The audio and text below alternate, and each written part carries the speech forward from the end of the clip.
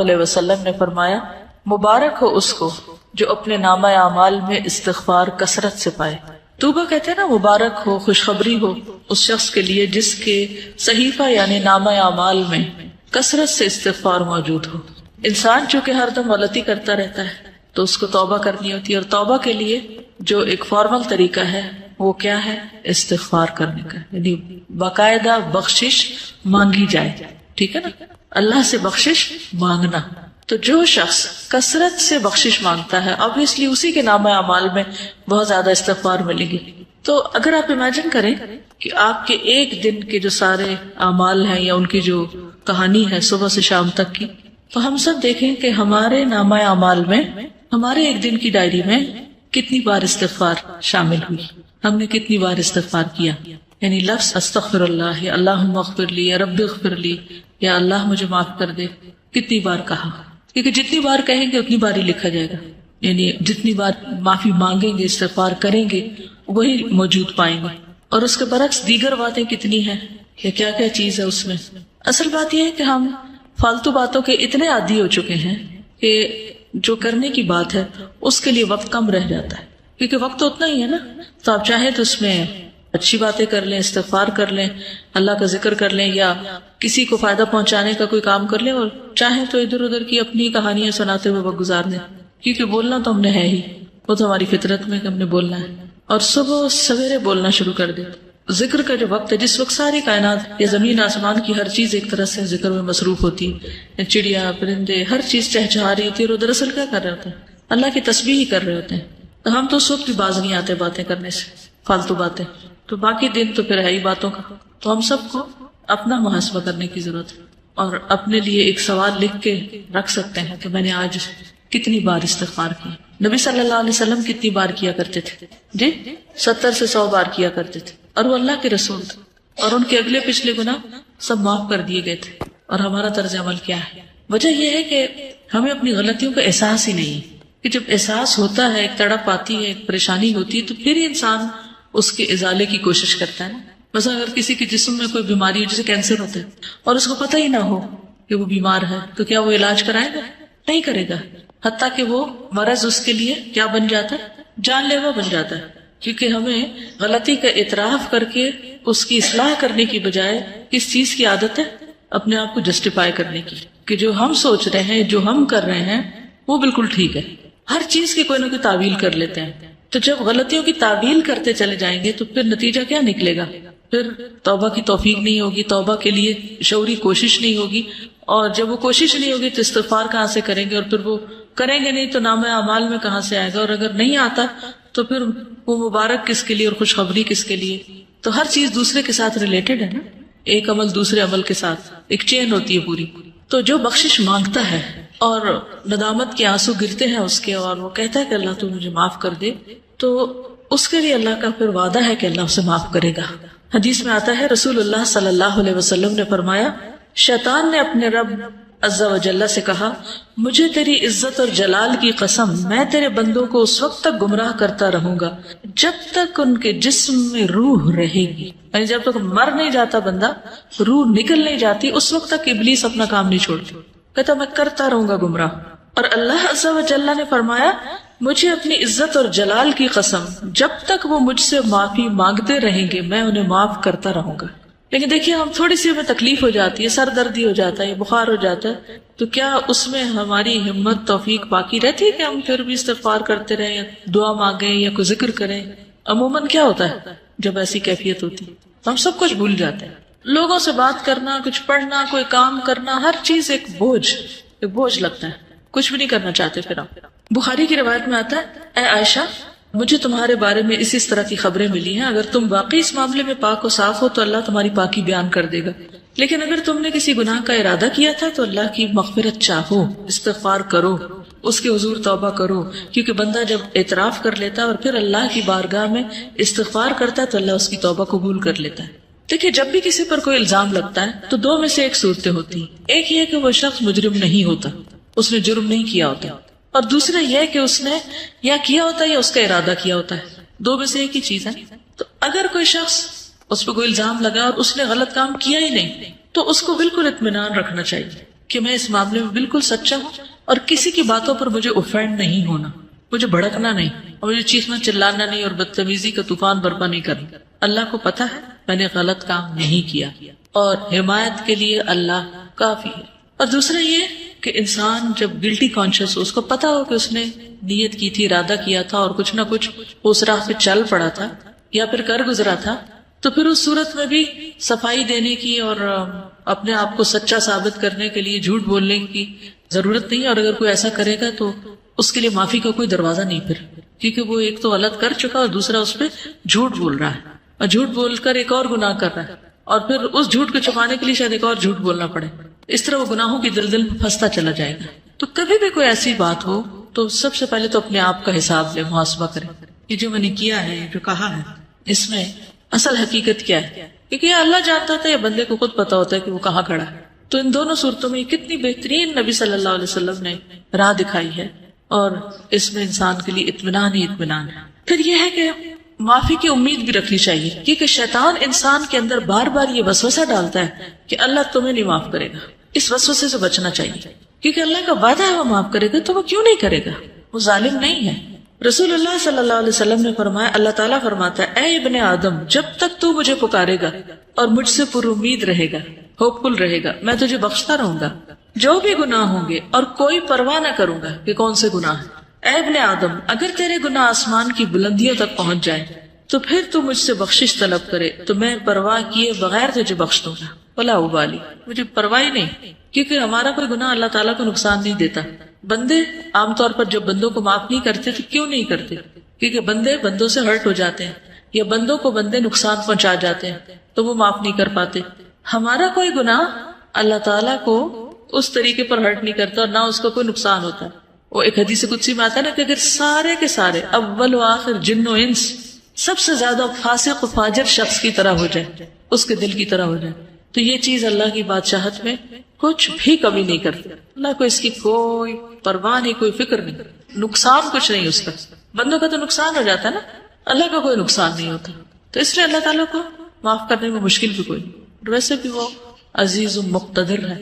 اے ابن آدم، اگر تو زمین کے برابر گناہ لے کر میرے پاس آئے اور اس حال میں مجھ سے ملے کہ میرے ساتھ شرک نہ کیا ہو تو میں تجھے ان گناہوں کے بقدر بخشش عطا کروں گا۔ پوری زمین بھی ایک بندے کے گناہوں سے بھر جائے تو بھی اللہ تعالیٰ معاف کر دیتا ہے اگر بندہ سچے دل سے توبہ کرنے والا ہو۔ اس میں وہ مثال بھی آپ یاد رکھیے 99 قتل کرنے والے کی، 99 بندوں کے قاتل کی، اللہ تعالیٰ نے اس کو بھی معاف کر دیا، حالانکہ ابھی وہ اس راہ پہ چلا ہی تھا۔ عربی کے الفاظ بڑے خوبصورت ہیں کہ جس کا مفہوم کچھ اس طرح بنتا ہے، اگر تو آسمان بھر گناہ لائے تو اسی مقدار سے میں تمہارے پاس بخشش لاؤں گا، اور زمین بھر اگر تو گناہ لائے تو زمین بھر بخشش سے تیری طرف آؤں گا۔ لیکن اصل چیز کیا ہے؟ اعتراف، جو سب سے مشکل کام ہے اپنی غلطی کا۔ یہ کہنا کہ آئی واز رانگ، میری غلطی ہے، میں نے غلط کیا، یہ دنیا کا مشکل ترین کام ہے۔ غلطی کرنے کے بعد عموماً ہم یہی کہتے ہیں میں نے غلط، دوسرا بندہ غلط ہے، اس کی غلطی، دوسرے کو بلیم کرتے ہیں اور اپنی غلطی بھول جاتے ہیں۔ تو توبہ کے لیے لازمی شرط یہ کہ پہلے بندہ مانے، اقرار کرے کہ ہاں میں نے غلط کیا، ورنہ زبان سے صرف تسبیح لے کے آپ سارا دن 1000 دفعہ کہتے رہے۔ اگر آپ مان ہی نہیں رہے اپنی غلطی تو کس بات کی معافی مانگ رہے ہیں؟ پھر کس بات کی توبہ کر رہے ہیں؟ کس بات پہ استغفار کہہ رہے ہیں؟ نہ آپ وہ بری عادت چھوڑ رہے ہیں اور نہ ہی آپ اس کا اقرار کر رہے ہیں اور نہ آپ اس پہ شرمندہ ہیں اور نہ آپ کو پورا یقین ہے کہ اللہ اس کو معاف کر دے گا، تو پھر کر کیا رہے ہیں آپ؟ صرف زبان کی ایکسرسائز یا ہاتھوں سے دانے پھینکتے چلے جا رہے ہیں کہ میں استغفار کر رہا ہوں۔ پھر یہ کہ جب انسان اللہ سے پر امید ہوتا ہے اور واقعی یہ یقین رکھتا ہے کہ میرا رب ہے جو مجھے معاف کرے گا یا معاف کر سکتا ہے یا وہ کرتا ہے، ضرور کرتا ہے، تو ایسا شخص پر کبھی مایوس نہیں ہوتا، وہ مایوسی کے قریب نہیں جاتا، ہر حال میں پر امید اور مطمئن رہتا ہے۔ ابو ہریرہ کہتے ہیں میں نے نبی صلی اللہ علیہ وسلم کو فرماتے ہوئے سنا، ایک بندے نے بہت گناہ کیے اور کہا ہے میرے رب میں تیرا ہی گناہ گار بندہ ہوں، تو مجھے بخش دے، یعنی میں ہی تیرا گناہ گار بندہ ہوں تو مجھے معاف کر دے۔ اللہ رب العزت نے فرمایا میرا بندہ جانتا ہے کہ اس کا کوئی رب ہے جو گناہ معاف کرتا ہے اور گناہ کی وجہ سے سزا بھی دیتا ہے، اس کو یہ بھی یقین ہے کہ اگر نہیں معافی ملی تو پکڑ ہو جائے گی۔ تو میں نے اپنے بندے کو بخش دیا، پھر بندہ رکا رہا جتنا اللہ نے چاہا، جتنی اللہ نے اس کو توفیق دی وہ گناہ سے رکا رہا، پھر اس نے گناہ کر لیا اور عرض کیا اے میرے رب میں نے پھر گناہ کر لیا، پھر غلطی ہو گئی، اسے بھی بخش دے۔ اللہ تعالیٰ نے فرمایا میرا بندہ جانتا ہے کہ اس کا کوئی رب ہے جو گناہ معاف کرتا ہے اور اس کے بدلے میں سزا بھی دیتا ہے. میں نے اپنے بندے کو بخش دیا. پھر جب تک اللہ نے چاہا بندہ گناہ سے رکا رہا، پھر اس نے گناہ کر لیا اور اللہ کے حضور عرض کیا اے میرے رب میں نے پھر گناہ کر لیا، تو مجھے بخش دے. اللہ تعالیٰ فرماتا ہے میرا بندہ جانتا ہے اس کا ایک رب ہے جو گناہ معاف کرتا ہے اور اس کی سزا بھی دیتا ہے، تو میں نے اپنے بندے کو 3 مرتبہ بخش دیا، بس اب جو چاہے عمل کرے. اس کا یہ مطلب نہیں جو چاہے گناہ کرے تو اب آئندہ کے لیے بھی اس کی بخشش ہوگی. مطلب یہ کہ جب بھی اس سے گناہ ہو تو دیر نہ کرے.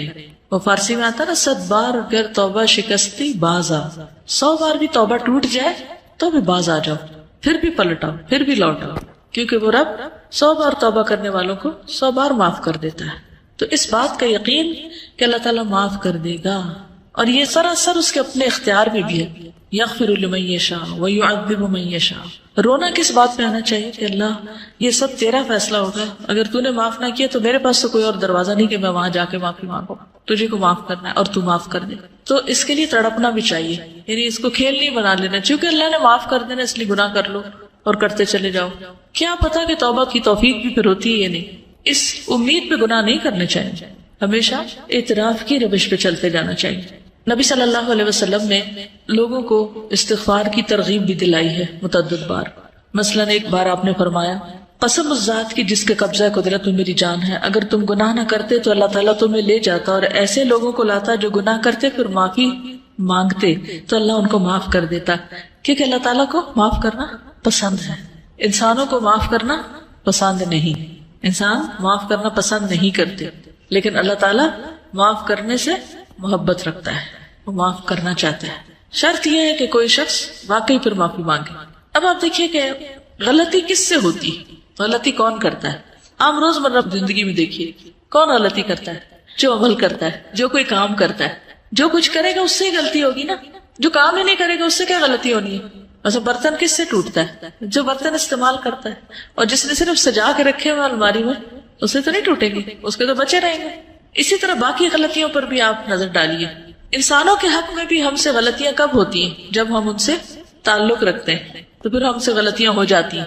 اور اگر ہم تعلق ہی نہ رکھے کسی سے، مثلا ایک شخص جو اس وقت سڑک پر جا رہا ہو اس سے ہماری کوئی ناراضگی ہے، ہم نے اس کو کوئی نقصان کیا یا اس کو کوئی دل دکھایا نہیں، کیوں؟ کوئی تعلق ہی نہیں ہمارا اس سے. لیکن اپنی بہن سے پوچھئے، اپنی امی سے پوچھئے، اپنے بھائی سے پوچھئے، اپنے ہسبینڈ سے پوچھئے، اپنے بچوں سے پوچھئے، وہ کیا کہیں گے؟ ان کے پاس ہوں گے آپ کے لیے شکایتیں آپ کے خلاف، یا آپ سے کبھی نہ کبھی ہرٹ ہوئے ہوں گے. کیوں؟ کیا وجہ؟ کیونکہ ان سے تعلق ہے آپ کا. تو اللہ تعالیٰ کو کیسے بندے پسند ہے؟ وہ جو کسی سے تعلق نہ رکھے اور سب سے کٹ کے ایک طرف بیٹھ جائے اور کوئی غلطی نہ کرے، نہ کسی کو ہرٹ کرے، نہ کسی سے کوئی معاملہ کرے، وہ پسند ہے. کون لوگ زیادہ بہتر ہیں؟ جو لوگوں سے ملتے جلتے رہے اور ان کی طرف سے پہنچنے والی تکلیفوں پر درگزر کریں، وہ زیادہ بہتر ہے بنسبت اس کے کہ نہ وہ کسی سے بات کرے نہ کسی کو ہرٹ کرے. تو جب آپ کسی سے معاملہ کریں گے تو ایک دوسرے کی کوئی بات بری بھی لگ جائے گی. اچھا، انسانی نفس بڑا عجیب ہے، بعض اوقات بلا وجہ کسی کی بات بری لگ جاتی ہے اور بعض اوقات کسی کی بڑی بڑی بات کی پرواہ نہیں ہوتی ہے نا ایسے. تو پھر تو ہم نے اپنے آپ کو بھی نہیں سمجھا، ہم خود بھی کسی ایک چیز پر نہیں، ہم تو اپنے لیے بھی معمہ ہیں تو دوسروں کے لیے تو ہے ہی ہے. تو اس لیے کبھی کوئی ہمارے بارے میں مس انڈرسٹینڈ کر جائے تو اس کو ایشو نہ بنائے، ٹھیک ہے؟ تو ایزی رہیں گے، ہین لین سہل قریب. تو ایزی رہنے میں آسانی یہ ہے کہ پھر انسان نہ دوسروں پہ بوجھ ہوتا ہے اور نہ دوسرے اس پہ بوجھ ہوتے ہیں. کسی کو ٹکر لگ جائے، کسی کی کچھ خرابی ہو جائے تو سوری کر لیں، بات ختم، اور چلتے چلے جائیں، آگے بڑھتے جائیں. کرنا اس کے علاوہ کوئی چارہ نہیں اور کوئی طریقہ نہیں کہ آپ زندگی میں پروگرس کر سکیں. آگے بڑھنے کے لیے معاف کرنا ہی پڑے گا، بھولنا ہی پڑے گا. دوسروں کی غلطیاں ایسی چیز نہیں ہوتی کہ جن کو آپ یاد رکھیں، ٹھیک ہے نا؟ یہ یاد رکھنے کی چیزیں نہیں ہیں، لیکن عموماً ہم یاد رکھنے والی چیزیں تو بھول جاتے ہیں، ان میں تو ہمارا حافظہ خراب ہے. اور جو یاد نہیں رکھنا چاہیے وہ ہم بھولتے نہیں، کیونکہ ہم بھولنے دیتے نہیں، ان کی گرہ باندھ کے رکھتے. تو اگر آپ کو بہت ہی شوق ہے کچھ یاد رکھنے کا تو کوئی اچھی چیزیں یاد رکھ لیں تو خود بھی خوش رہیں گے، دوسروں کو بھی خوش رکھیں گے. اسی لیے ہمیں کچھ ڈھنگ کی چیزیں یاد ہی نہیں رہتی کیونکہ ہمارا دماغ کس میں الجھا رہتا ہے. ویسے کتاب آپ کے آگے رکھی ہوئی ہے، صبح ٹیسٹ بھی ہے اور تو سبق یاد نہیں ہو رہا، کیا وجہ ہے؟ پوچھا کرے رک کر، کیا مسئلہ کیا ہے، کیوں ایسا ہو رہا میرے ساتھ، تو کوئی نہ کوئی الجھن ہوگی آپ کے دماغ میں جو اتنی آپ کو الجھائے ہوئی ہوگی کہ آپ کی نظریں بھی الفاظ پہ نہیں ٹک رہی ہوں گی. تو کرنا کیا چاہیے ایسے میں جب آپ کو کوئی چیز اتنا زیادہ ڈسٹرب کر دے؟ پھر ہوتے جانا چاہیے. کیا کریں گے؟ اس شخص کو جس نے 99 قتل کیے تھے اسے کیا سجیسٹ کیا تھا؟ جگہ تبدیل کر لو.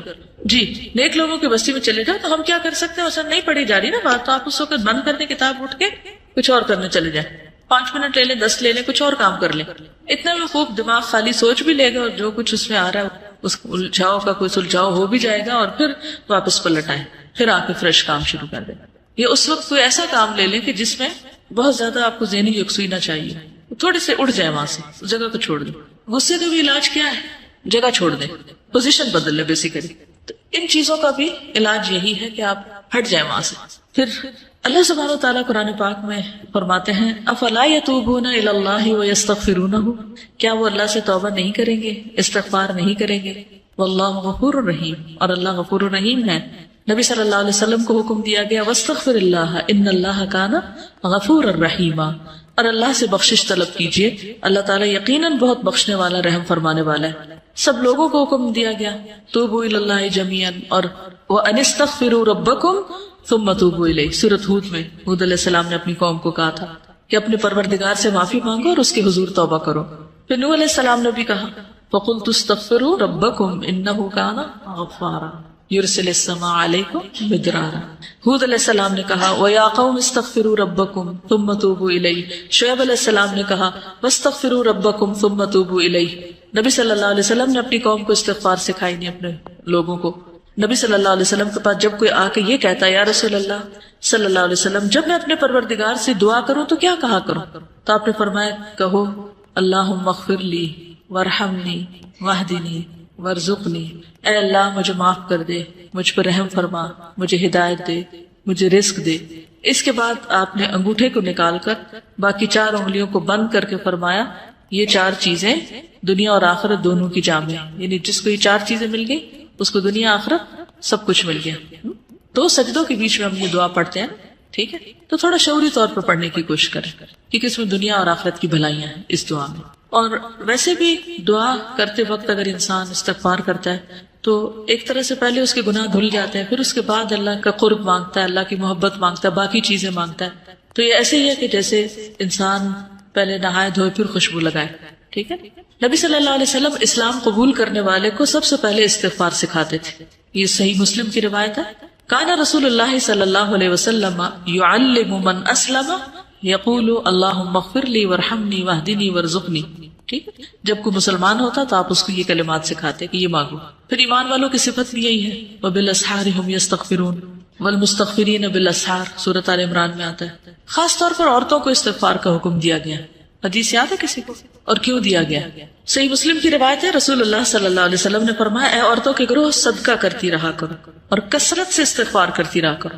یعنی ہم خواتین کو اور بھی زیادہ استغفار کی ضرورت ہے کیونکہ میں نے دوزخ والوں میں زیادہ تر عورتوں کو دیکھا ہے. ان عورتوں میں سے ایک عقل مند عورت نے عرض کیا کہ ہمارے کثرت سے دوزخ میں جانے کی وجہ کیا ہے؟ اس سے سوال کیا.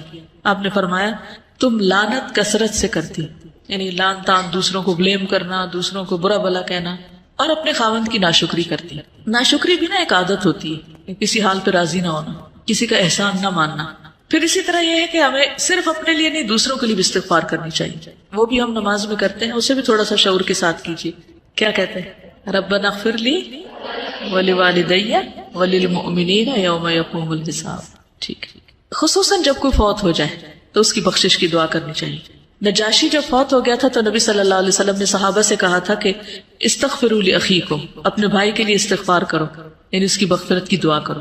حسن بصری کہتے ہیں کثرت سے استغفار کرو، اپنے گھروں میں، اپنے دسترخوانوں پر، اپنے راستوں میں، بازاروں میں، مجلسوں میں، جہاں بھی تم ہو. تمہیں نہیں معلوم کہ کہاں بخشش نازل ہو جائے، کہاں اللہ تعالیٰ بخش دے. کیونکہ حدیث ہے نا توبہ، یعنی خوشخبری کس کے لیے؟ لمن وجد فی صحیفتی استغفارا کثیرا، جس کے صحیفے میں، جس کے اعمال نامے میں کثرت سے استغفار ہو.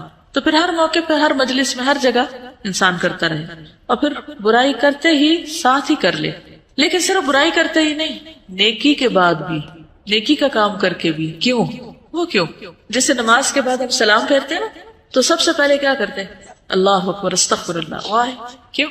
آپ نماز کے اندر بھی غلطیاں ہوتی ہیں، نماز کا حق ہی ادا نہیں کرتے. اور شابش نیک کام کرتے ہوئے ہو سکتا نیت میں کوئی خرابی ہوگی، اور تکبر سے بھی بچتا ہے انسان کہ ہم اس کا حق ادا نہیں کر پائے، یا اللہ تو معاف کر دے، ہمیں جو کرنا چاہیے وہ ہم نے نہیں کیا، اس سے ایروگنس نہیں آئے گی کہ ہم نے بہت کچھ کر لیا، جو کرنا چاہیے تھا وہ کر نہیں پائے۔